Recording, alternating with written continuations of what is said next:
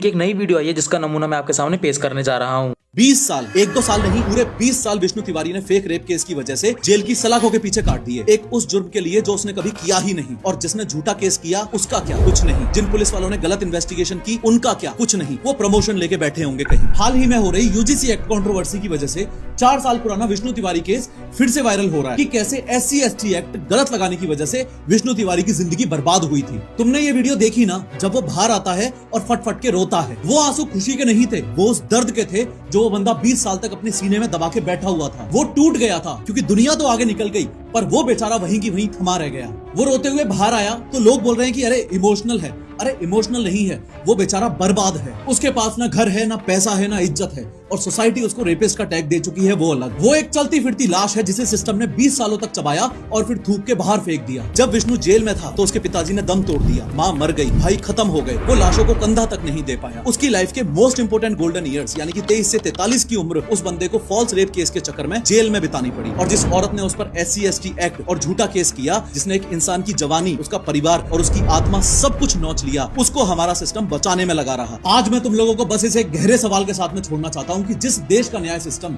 एक बेकसूर को 20 साल तक अपनी ही जेल में कैद रख सकता है, उसकी पूरी दुनिया उजाड़ सकता है और फिर उसे पहचानने तक से इनकार कर देता है, क्या इस देश के उस सिस्टम में बदलाव की कोई जरूरत नहीं है?